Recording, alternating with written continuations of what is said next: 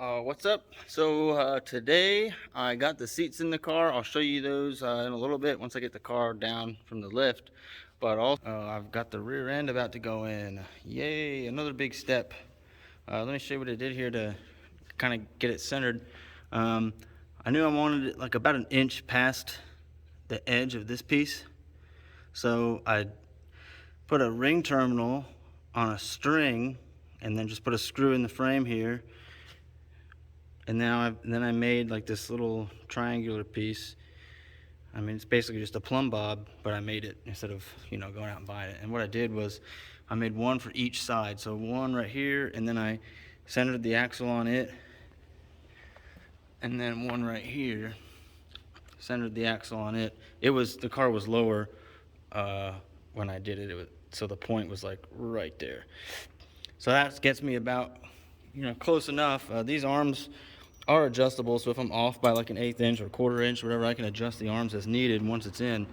So what I'm gonna do now is I got an area there ground down, you can see, and an area on the other side ground down for those brackets. So what I'm gonna do is I'm gonna lower the car and yeah, see where we're at. So let's get to it.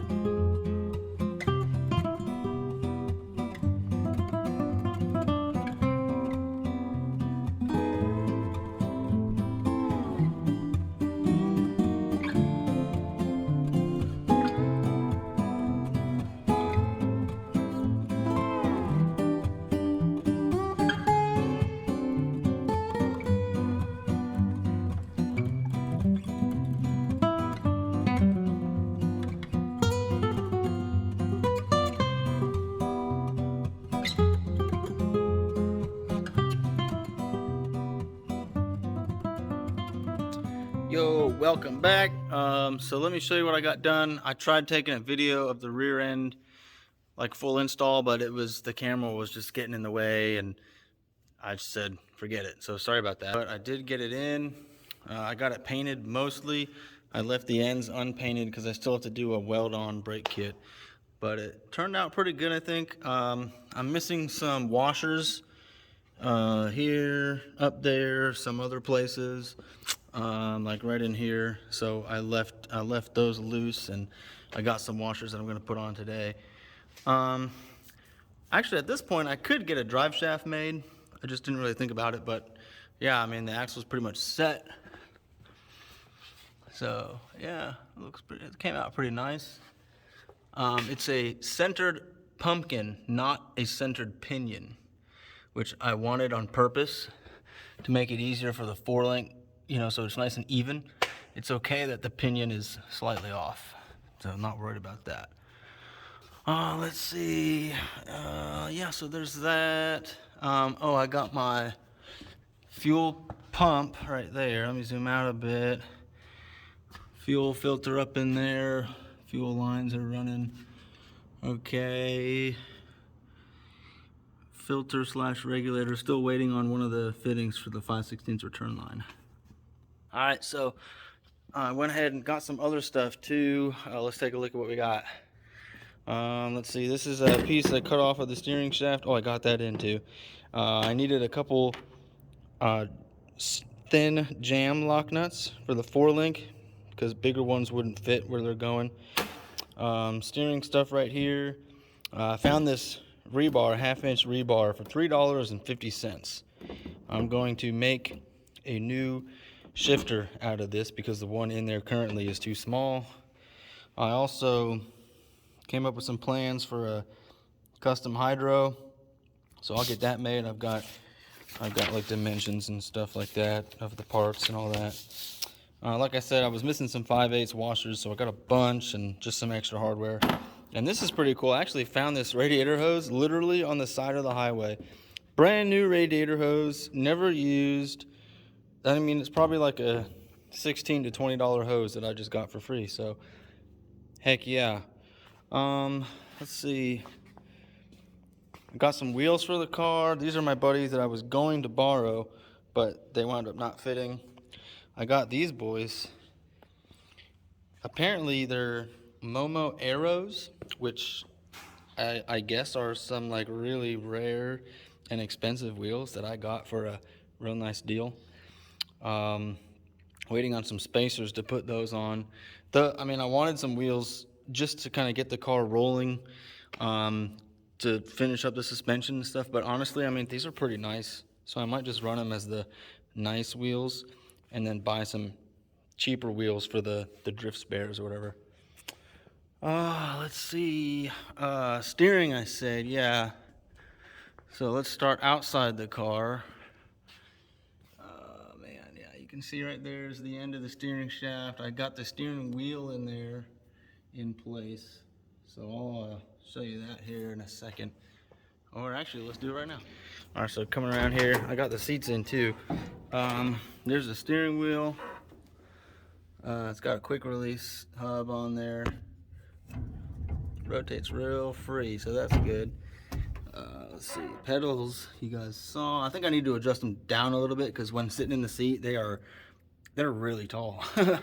Throttle pedal, I forget if I showed you guys that, but yeah, I got a throttle pedal from an S13 and the cable as well. Works real well, honestly. Had to make some brackets coming off the firewall there. And then, yeah, the seats, let's see here.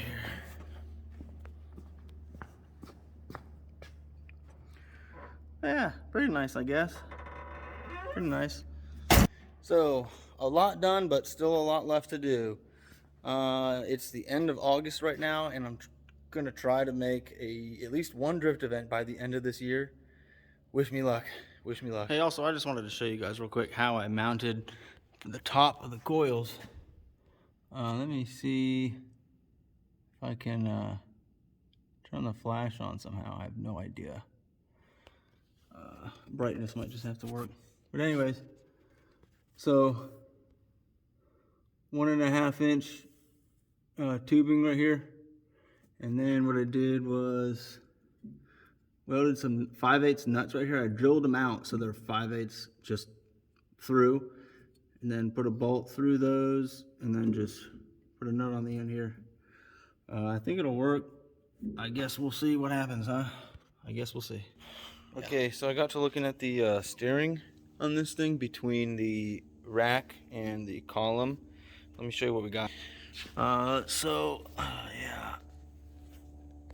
I had to cut away the bottom of this motor mount because the U-joint that goes on here was running real close to this. Yeah, let me show you right over here. Let's see, this one with the 36 spline on it. Make sure this is loose here. All right, so let's see here. Yeah, all right, so it goes on, real nice now. But, yeah, it's real close.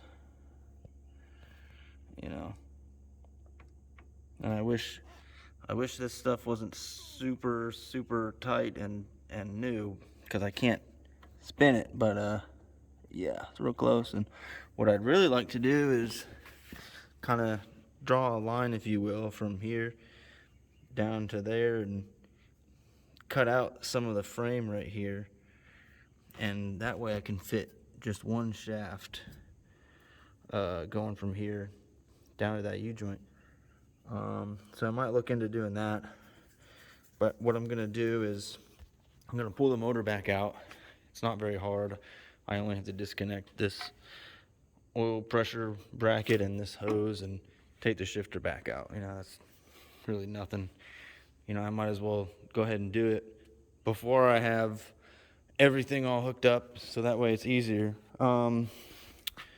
Let's see what else, and I can take care of notching out these motor mounts a little bit more, like I had mentioned earlier. I gotta trim some of this off to make more room for exhaust on both sides. yeah, so I think that's what we're gonna get into today. Also, I wanted to go ahead and start working on cutting out my metal for the e-brake here, and whatever else I find. So we'll see.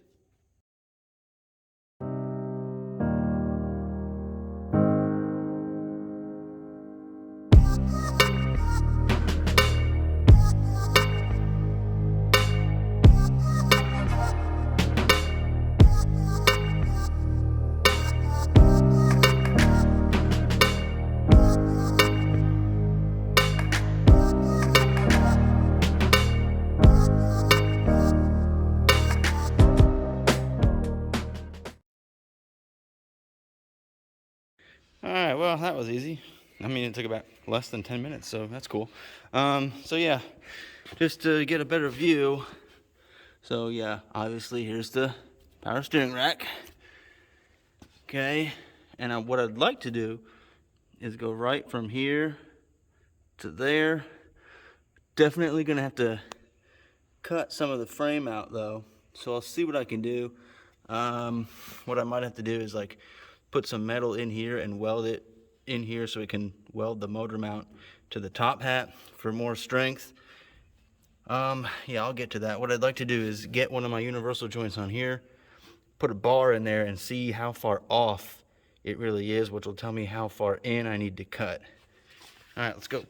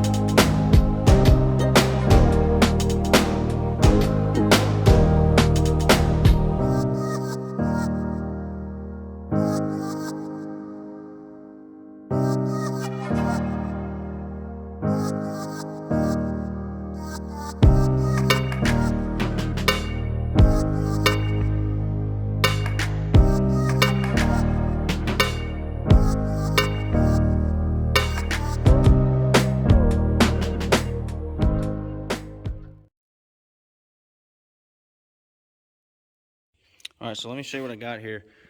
I got this on. I knew this one was going to be too short. I just knew. It's fine. I just wanted to use it for mock-up, but I might actually use it for serious. So we'll see. This is a 5/8 U-bolt from my old truck, and it actually fits in there pretty nice.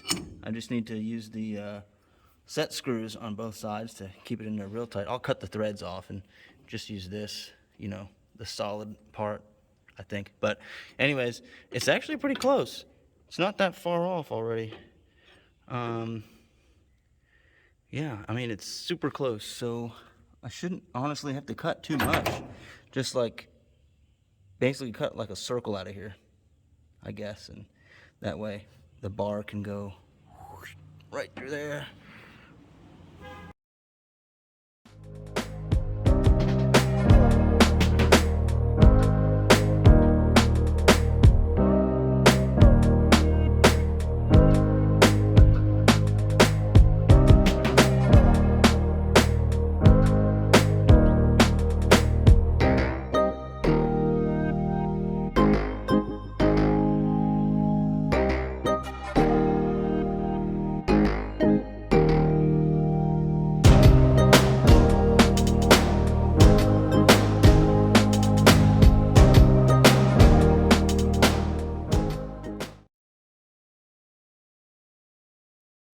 All right, check this out. So I actually found this piece of 3/4 threaded rod that fits in there real nice. And I made this cutout right here, and it actually works, but there's like no clearance on the front side, so I gotta open it up some more, and I need to make room for when this set screw turns. So I'll have to open this up a little bit. I added some weld on the bottom here for support. But yeah, it's going pretty good. Actually, technically it fits. It's just not final. So here we go.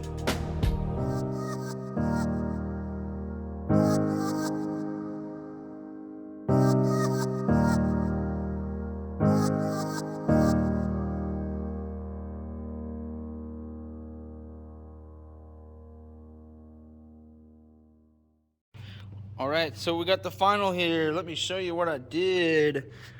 It's all painted. But basically, so I remember I cut that hole out while I took a piece of metal. I welded a piece of metal in there. There's not much clearance, but there's enough. I mean, this ain't going anywhere, so I'm not worried about it. And what I had to do, well, I mean, you can't see it right now, but on the inside in there is the set screw. And what I did, you can kind of see the head of it. Let me zoom in.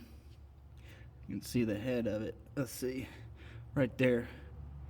What I did was I cut about a 1/4 inch off of that set screw so it would set in there further, so it's not going to come in contact with the frame or the motor mount metal or anything like that.